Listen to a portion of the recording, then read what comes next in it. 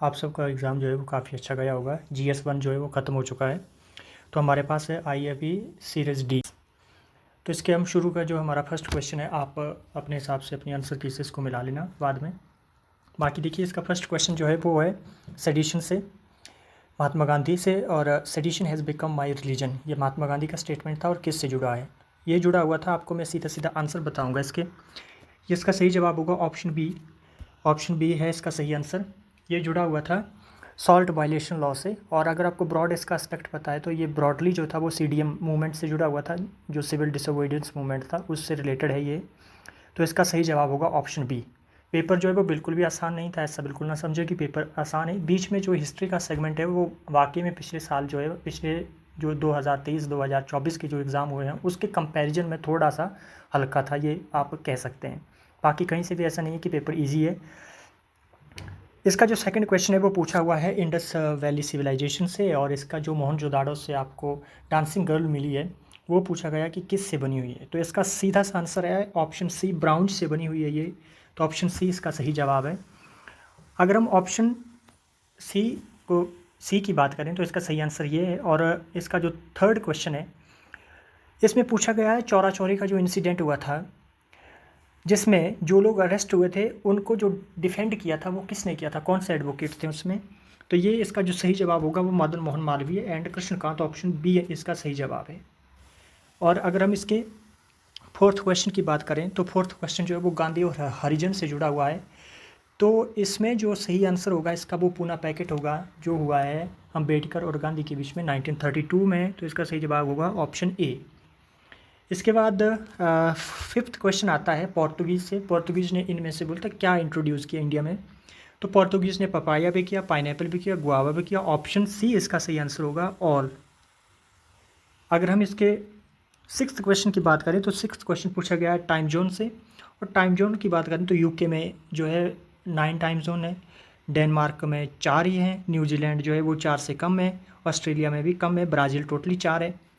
तो इसका सही आंसर जो है, इसको आप अभी कंसिड्रेशन पे रखिए, बाद में देखेंगे इसको हम, इसका क्या सही आंसर निकलता है। पर मेरे हिसाब से ये क्वेश्चन जो है वो बेग और थोड़ा सा, इसमें देखते हैं बाद में कौन सा आंसर निकलता है इसका।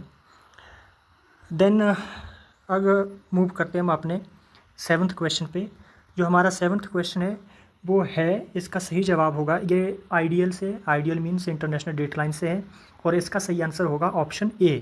बिकॉज ऑप्शन बी जो है वो ऑप्शन ए से रिलेट करता है, और इसमें टाइम के हिसाब से जो है वो मंडे नहीं होना चाहिए था, ट्यूसडे नहीं होना चाहिए था, यहाँ पे जो है वो आपका एक दिन पीछे आना, संडे आना चाहिए था। तो ऑप्शन ए इसका सही जवाब होगा। अगर हम इसके एट्थ क्वेश्चन काफ़ी ईजी है, इसका तो पूछने की भी बात नहीं है, ऑप्शन ए। आजकल इस तरह के क्वेश्चन कलर के एग्जाम में आते हैं।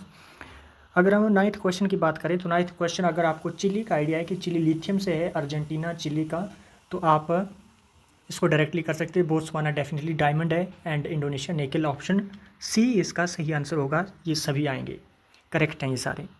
अगर हम टेंथ क्वेश्चन की बात करें, टेंथ क्वेश्चन है आपका, अगर आपको सार्डिनिया का आइडिया है, अगर वर्ल्ड हिस्ट्री में सार्डिनिया, पीटमांड और ये सब चीज़ें आपने पढ़ी हुई है, तो आपको पता है कि सार्डिनिया जो है वो डायरेक्टली इटली से लिंक करता है। तो इटली से लिंक करता है तो ये तो गलत है। सार्डिनिया इन्होंने फ्रांस दिखाया हुआ है। ऊपर के जो मालकोरा मेलुक्रा है, या ये जो है वो स्पेन से है, और नॉर्मैंडी जो है ये फ्रांस से है। तो इस हिसाब से ये थोड़ा सा, पर ये इसमें से एक भी मैच नहीं है क्योंकि इन्होंने इसको इंटरचेंज कर दिया गया है। तो इसका जो सही आंसर होगा वो ऑप्शन, करेक्टली मैच पूछा हुआ है तो ऑप्शन डी इसका सही जवाब होगा। इसका जो सही आंसर होगा वो ऑप्शन डी होगा। फिर देन उसके बाद हमारे पास जो अगला क्वेश्चन आता है वो है हमारा, पूछा गया है इन्होंने, इस क्वेश्चन में पूछा है आपसे, ये तो सी सेट की प्रैक्टिस इसी पेपर में हो गई है, कि बताना है आपने, एक रेवेन्यू एक्सपेंडिचर है 80,000 करोड़ का, और रेवेन्यू रिसीट्स है इसमें गवर्नमेंट की 60,000 करोड़ की, बजट और ये सब इसमें कुल मिला करके। पर ये क्वेश्चन को काफ़ी कोशिश की मैंने, पर इसका सही आंसर नहीं मिल पा रहा है। तो इसलिए ये क्वेश्चन जो है वो ऐसा लग रहा है कि ये क्वेश्चन आएगा, तो मेरे हिसाब से इसको आप, नेक्स्ट क्वेश्चन है आपका, जो नॉर्थ साउथ ट्रांसपोर्ट कॉरिडोर है, वो जो मल्टी मोडल ट्रांसपोर्टेशन कॉरिडोर भी, जो इसमें जो है वो किसको किससे कनेक्ट किया जाएगा, ये क्वेश्चन है सीधा सीधा इसमें। इंडिया जो फाउंडिंग मेंबर है, ऊपर की ये चीज़ें सब इसको डिस्कार्ड करो, हमें जो मेन चीज़ें इसको पकड़ना है। इसको हम जल्दी जल्दी कवर करेंगे क्योंकि फ्रस्ट्रेट होते हैं, तो ज़्यादा लंबा खींचने की ज़रूरत नहीं है, सिर्फ हम आंसर देखेंगे और बाद में इसकी डिस्कशन को फिर हम देखेंगे। बाद में इसको छोटे छोटे जो पॉइंट हैं उनको डिकोड करने की कोशिश हम बाद में करेंगे 1-2 हफ्ते के बाद। तो इसका जो सही जवाब होगा वो सीधा सा होगा, सेंट्रल एशिया को यूरोप से कनेक्ट करने की कोशिश की जा रही है इसमें। तो इसका जो सही आंसर होना चाहिए वो मेरे हिसाब से ऑप्शन।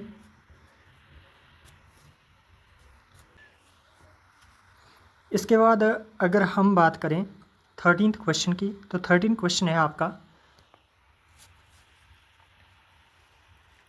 13th क्वेश्चन है आपका, पूछा गया है इसमें, producer in the world Brazil and the United State of America, the former producer more ethanol than the latter. ये पहली स्टेटमेंट गलत है, क्योंकि एथेनॉल जो था वो पहले जो प्रोड्यूस करता था वो ब्राज़ील ज़्यादा करता था, और आज के टाइम में जो वो अमेरिका ज़्यादा एथेनॉल प्रोड्यूस कर रहा है। तो इसका पूछा है कि इसका जो लास्ट की लाइन है वो farmer producer more ethanol produces मोर एथेनॉल। तो फॉर्मर जो था वो ब्राज़ील था, वो तो अभी अमेरिका है, तो फॉर्मर तो पहले से ज़्यादा नहीं प्रोड्यूस कर रहा है आज के टाइम में, तो ये स्टेटमेंट गलत है। और सेकंड जो है वो आपकी, like in the USA and bear corn is the principal feedstock for ethanol production, sugarcane is the principal feedstock for ethanol production in Brazil. ये एब्सोल्युटली करेक्ट स्टेटमेंट है, but इसमें जो सही answer होगा वो आपका वो होगा option D, because first statement is not correct and second is correct. So option D के साथ जाएंगे हम यहाँ पर। अगला जो क्वेश्चन है आपका वो वर्ल्ड बैंक से जुड़ा हुआ है। तो इसमें जो वर्ल्ड बैंक है, वर्ल्ड बैंक जो वर्ल्ड बैंक ने बॉर्न किया है इंडिया को, जहाँ पे wet bulb temperature routinely exceed 35 degree Celsius, जो इसके बारे में पूछा हुआ है, ये बेट बल्ब टेम्परेचर के बारे में। तो इसका जो सही जवाब होगा ऑप्शन का वो आप देखिए, peninsular India will most likely suffer from flooding. ये तो बहुत ही मतलब आउट ऑफ बॉक्स हो गया, फ्लडिंग वो भी पेनिनसुलर इंडिया में। अगर हम हिमालय की बात करें तो वहाँ पर कभी कभार हो, ऐसा हो सकता है, पर आपको मोस्ट बोला हुआ इन्होंने, तो ये गलत स्टेटमेंट है, ऑप्शन ए। सेकंड स्टेटमेंट जो है वो सही है, तो इसका जो मुझे लगता है कि सही जवाब होना चाहिए वो ऑप्शन बी होना चाहिए, सॉरी ऑप्शन बी इसका सही जवाब होगा।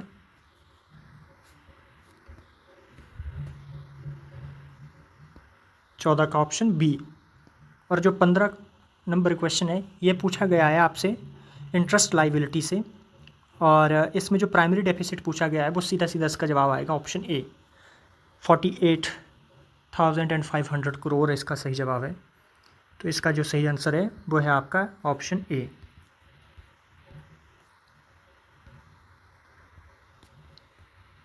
ये सही स्टेटमेंट है, और ये ऊपर की जो फर्स्ट है ये गलत है, और इसका जो सही जवाब होगा वो ये है।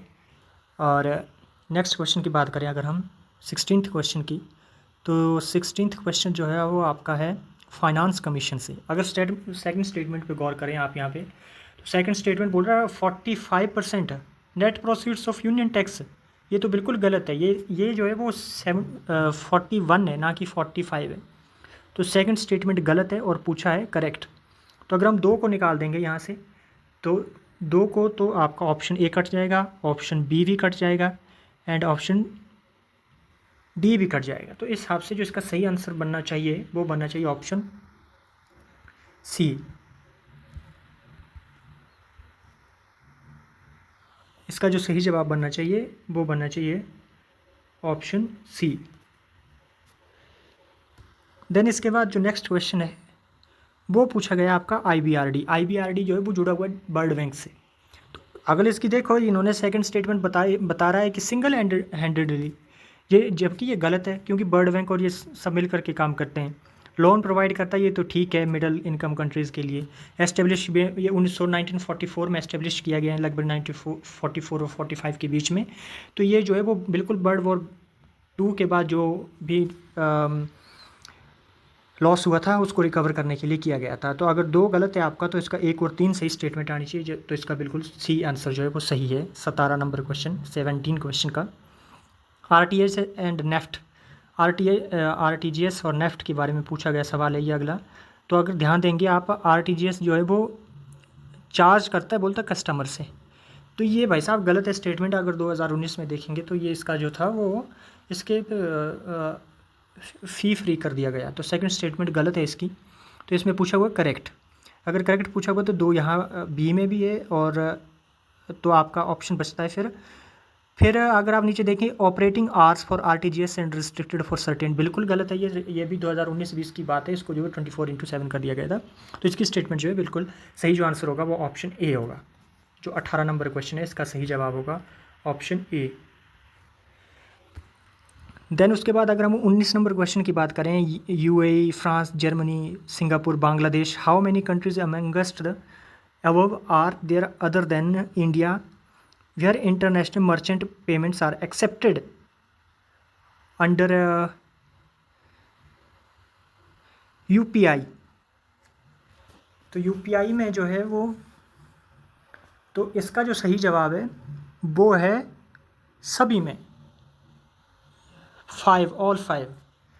तो इसका आंसर जो होगा वो ऑप्शन डी होगा।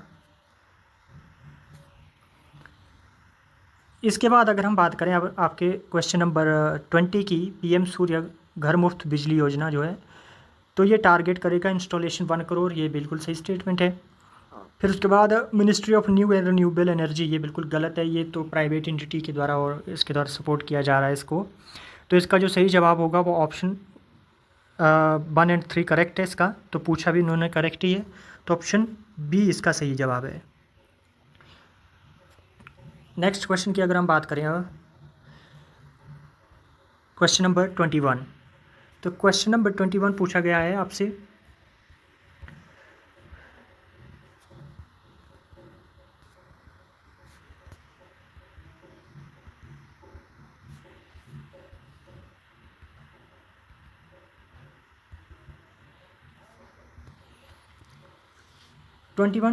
जो क्वेश्चन है वो पूछा गया है आपसे, दरअसल ये पूछा गया है some rare earth elements are used in the manufacturing of a flat television screen. Okay ठीक है, सम पूछा हुआ है तो इसमें होगा कोई ना कोई।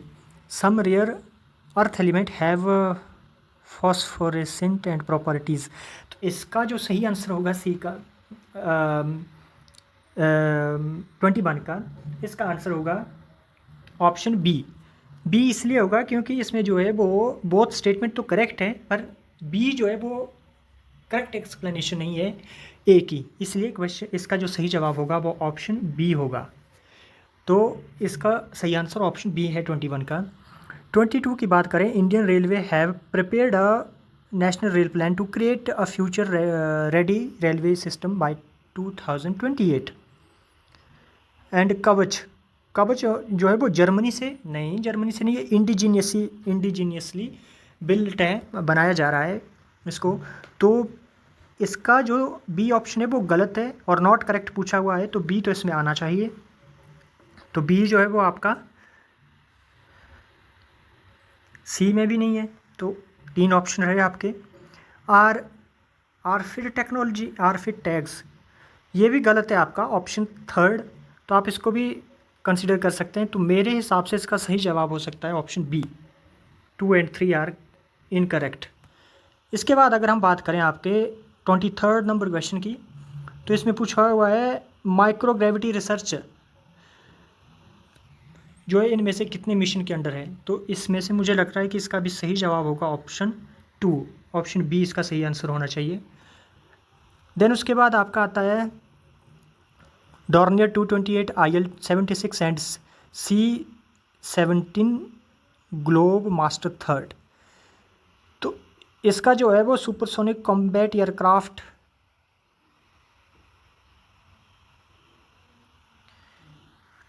का जो सही जवाब है डिफेंस से जो रिलेटेड क्वेश्चन है, जो डॉर्नियर 228 है वो मैरीटाइम पेट्रोल एयरक्राफ्ट है, ये सही स्टेटमेंट है। IL-76 जो है ये सुपरसोनिक कॉम्बैट एयरक्राफ्ट नहीं है, तो इसका जो सही जवाब होगा वो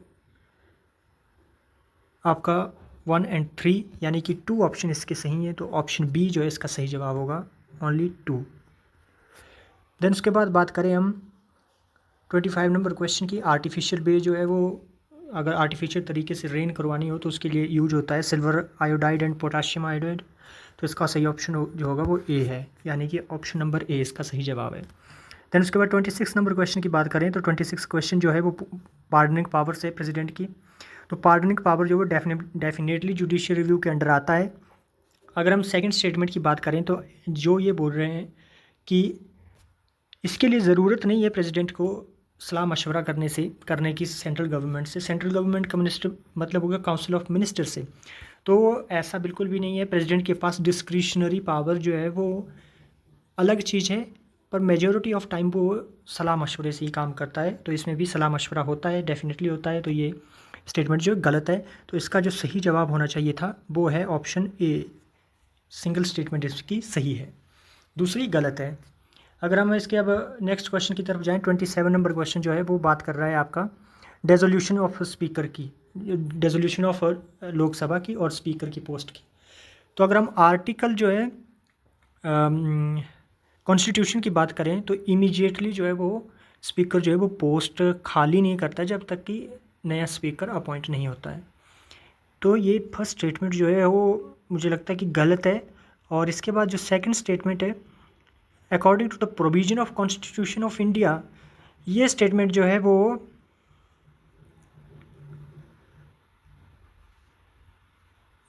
ये स्टेटमेंट भी मुझे लगता है कि गलत लग रही है, क्योंकि कॉन्स्टिट्यूशन के अंदर जो है वो ऐसा कुछ प्रोविज़न तो नहीं है। थर्ड स्टेटमेंट जो है वो आपकी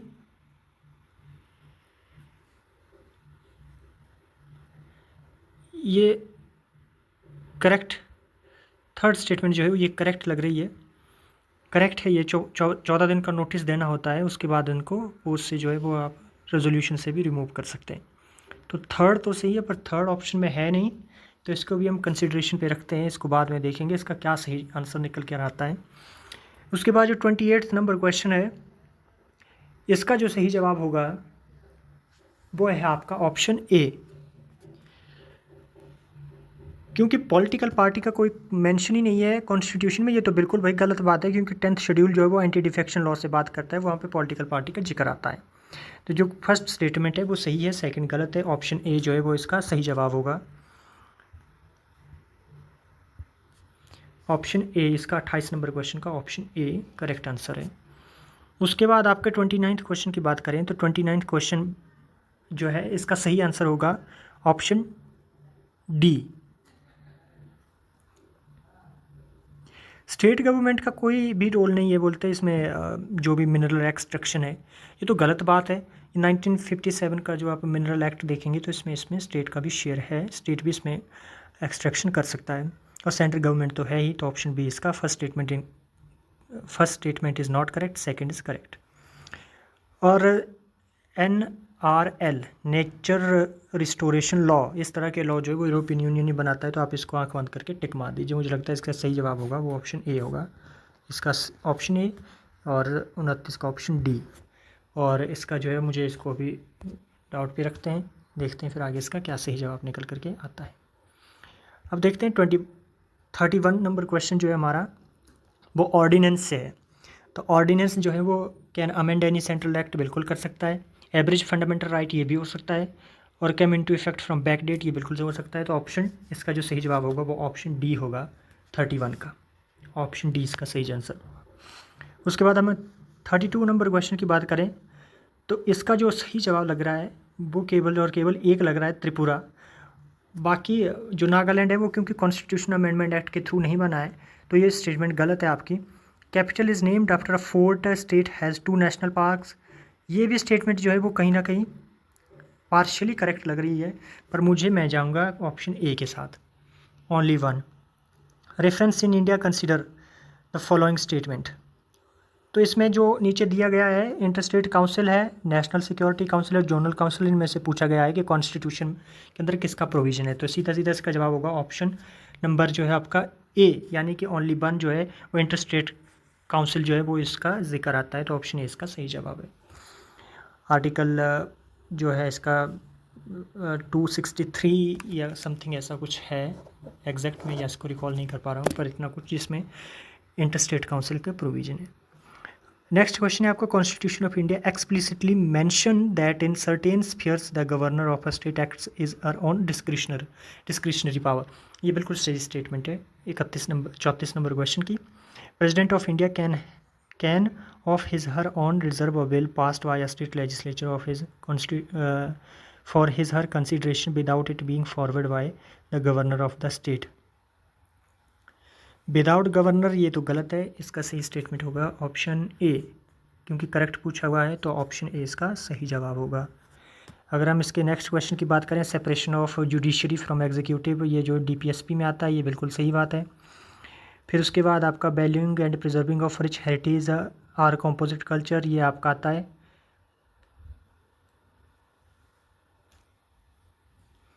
prohibition of employment of children below the age of 14 in factories, ये आपका जो आता है ये फंडामेंटल राइट में भी आता है। तो इसका जो सही जवाब होगा, क्योंकि valuing and preserving of rich heritage of our composite culture ये फंडामेंटल ड्यूटीज़ में डेफिनेटली आता है, तो ऑप्शन सी इसका सही जवाब होगा। ये तीनों स्टेटमेंटें जो है बिल्कुल सही है। 38 नंबर क्वेश्चन का जो आंसर है वो सी है।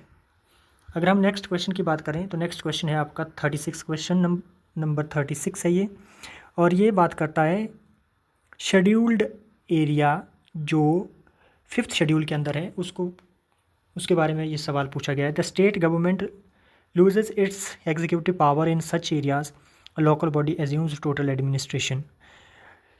तो उसके बाद जो नेक्स्ट स्टेटमेंट है, the union government can take over the total administration of such areas under the certain circumstances on the recommendation of governor. तो ऐसा भी नहीं है कि गवर्नर की रिकमेंडेशन के ऊपर ही ऐसा हो सकता है, पर अगर उनको लगा तो ये वो है, इसको ओवरटेक भी कर सकते हैं। तो मुझे लगता है कि ये 36 का जो सही जवाब होना चाहिए था वो ऑप्शन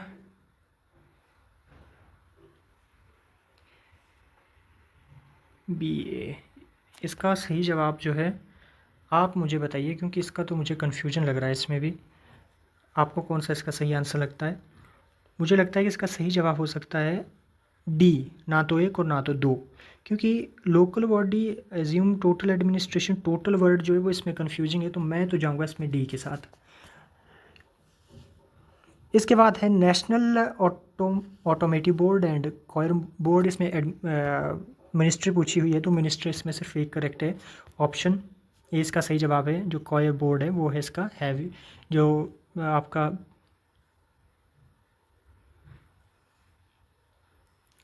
इसमें जो है केवल एक ही सही है।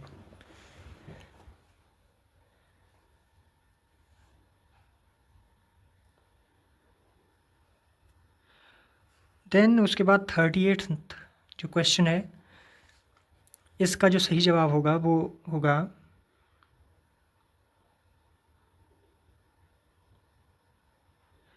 वन एंड 3,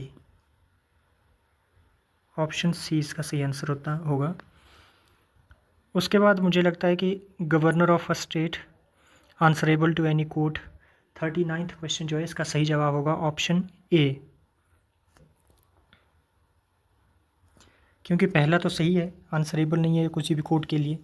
दूसरी statement, criminal proceeding shall instituted और continued against the governor during his term office, no, तो ये नो लिखा हुआ है ऊपर, नो क्रिमिनल प्रोसीडिंग, ये भी सही है। So members of the state legislatures are not liable to any proceedings in the court in respect of anything। तो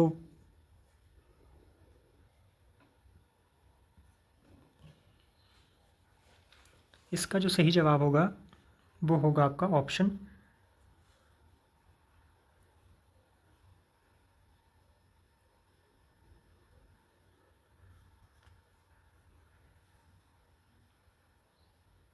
सब जो इसका सेक्शन 2 है वो बोलता है कि no members of the legislature of state shall be liable to any proceeding in any court in respect of anything said और any vote given by him.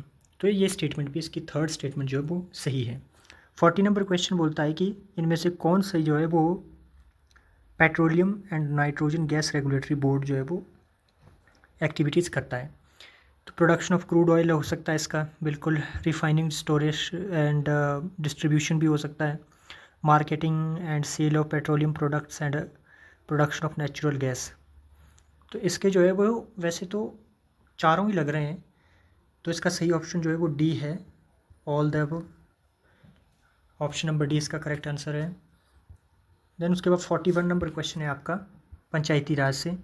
तो इसमें बोला गया कि पंचायती राज जो है वो इंटरमीडिएट लेवल एग्जिस्ट करती है इन ऑल स्टेट। तो ऑल स्टेट तो ये बिल्कुल गलत है। नागालैंड, मिज़ोरम वगैरह जो ऐसे स्टेट है यहाँ पे पंचायती राज तो बिल्कुल भी है ही नहीं। तो पहली स्टेटमेंट तो ये गलत है। सेकंड स्टेटमेंट इसमें पूछा हुआ not correct. To be eligible to be member of Panchayati Raj जो है वो आपकी एज 30 होनी चाहिए। नहीं जी, इसमें तो 21 एज है, तो ये दूसरी स्टेटमेंट भी गलत है। थर्ड स्टेटमेंट है आपकी chief minister of state constitute a commission to review. ये भी गलत है।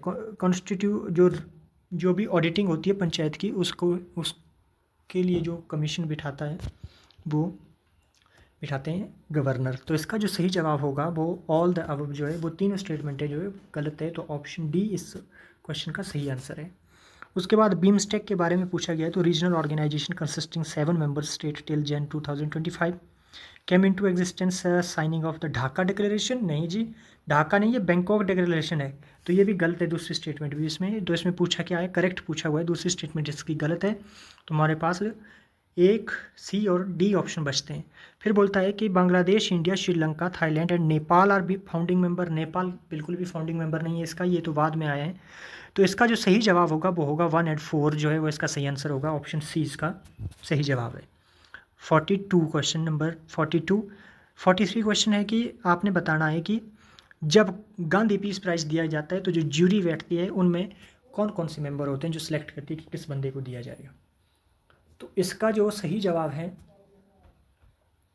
वो है हमारा, इसका जो सही आंसर है वो है हमारा, एक तो बैठेंगे हमारे प्राइम मिनिस्टर बैठेंगे, एक सीजीआई बैठेंगे और एक लीडर ऑफ ऑपोजिशन बैठेंगे। तो इसका जो सही आंसर होगा वो 2, 3, 4 यानी कि ऑप्शन सी इसका सही जवाब होगा 43 नंबर क्वेश्चन का।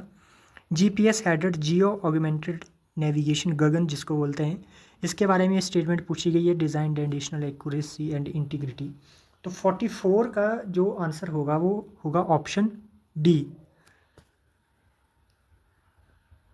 Option D. 45 का जो आंसर है वो है आपका